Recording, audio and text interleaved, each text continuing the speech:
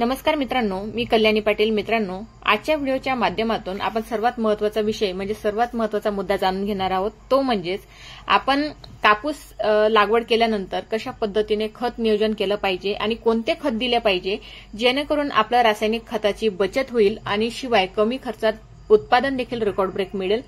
तर मित्रांनो, माहिती संपूर्ण जाणून घेण्यासाठी व्हिडिओ स्किप करू नका, संपूर्ण बघा आणि अशाच महत्त्वाच्या अपडेटसाठी चॅनलला नक्कीच सबस्क्राईब करून ठेवा. तर मित्रांनो, पेरणीला सुरुवात झाली म्हणजे बरेच शेतकरी मोठ्या प्रमाणात चूक करतात. ती म्हणजे कोणती? ज्या वेळेस कापूस लागवड करतात तर कापूस लागवडीच्या वेळेस बरेच जण रासायनिक खत देतात, तर हे खूप मोठ्या प्रमाणात चूक करतात. तर मित्रांनो, अमृत पॅटर्न कधीही लागवडीच्या वेळेस खत देणे, रासायनिक खत देणे हे रेकमेंड करत नाही. तर कापूस लागवडीच्या वेळेस कधीही रासायनिक खत देऊ नका, कारण खत देणं हे जमिनीच्या प्रकारावर, जमिनीच्या नत्रानुसार, जमिनीत किती प्रकारचं नत्र आहे, कशा पद्धतीचं आहे आणि झाडाची वाढ कशा पद्धतीची आहे याच्यावर खत देणं अवलंबून असते. तर मित्रांनो, सर्वात आधी म्हणजे आपल्या जमिनीचा प्रकार बघा, नत्राचं प्रमाण जमिनीमध्ये किती आहे, किती टक्के आहे आणि आपल्या झाडाची वाढ, झाडाचं जे काही पोषण आहे कशा पद्धतीने होत आहे, तर झाडाची अवस्था बघूनच म्हणजेच खत द्या. तर मित्रांनो, तुम्ही जर अमृत पॅटर्न पद्धतीने जर शेणखत प्रक्रिया केलेली असेल तर आपल्याला शेतात ओल असताना शेणखत द्यायचं आहे. तर प्रक्रिया केलेलं शेणखत आपल्याला शेतात ज्यावेळेस ओल आहे आणि पिकाची लागवड झालेली आहे, पिकाची लागवड झाल्यानंतर ज्यावेळेस पीक हे 2 पानांवर आहे लहान अवस्थेत, तर पीक लागवड करून तुमचा एखादी महिना झालेला आहे, त्यावेळेस आपल्याला 2 तासांच्या पट्ट्यामध्ये आपल्याला शेणखत फेकून द्यायचं आहे.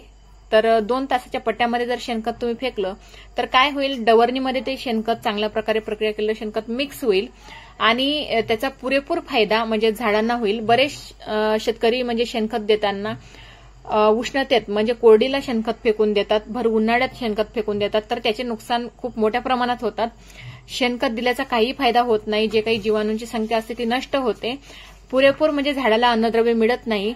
तर सहसा करून आपण प्रक्रिया केलेलं शेणखत दिलं पाहिजे. 1 ट्रॉली शेणखत हे 32 ट्रॉलीचं काम करतं, ते म्हणजेच प्रक्रिया केलेलं.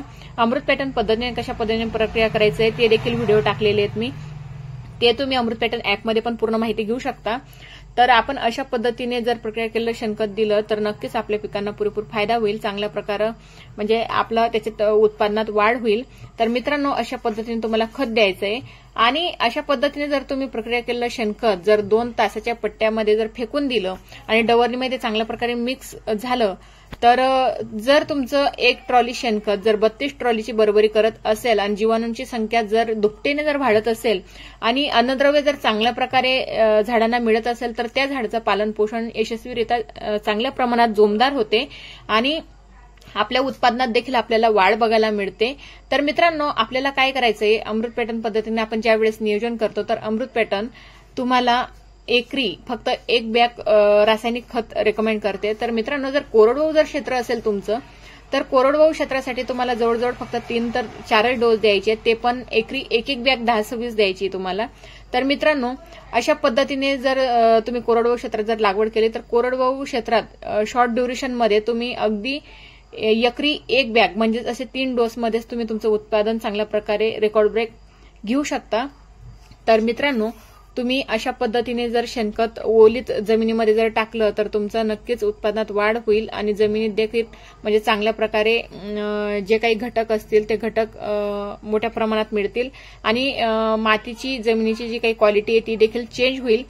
तर याच्यात तुमचा म्हणजे फायदाच फायदा आहे आणि उत्पादन देखील वाढीव आहे. तर मित्रांनो, ही ट्रिक नक्कीच वापरून बघा. तर मित्रांनो, ही ट्रिक वापरल्यानंतर नक्कीच तुमच्या उत्पादनात देखील भर पडेल आणि अशाच पद्धतीने नियोजन फॉलो करत राहा आणि अमृत पॅटर्नमध्ये रेकॉर्ड ब्रेक उत्पादन मिळवत राहा. मित्रांनो, व्हिडिओ आवडल्यास जास्तीत जास्त शेतकरी बंधूंपर्यंत शेअर करा, जेणेकरून इतर शेतकऱ्यांचा देखील याच्यातून फायदा होईल. तर मित्रांनो, माहिती आवडल्यास चॅनलला नक्कीच अशाच महत्त्वाच्या अपडेटसाठी सबस्क्राईब करून ठेवा.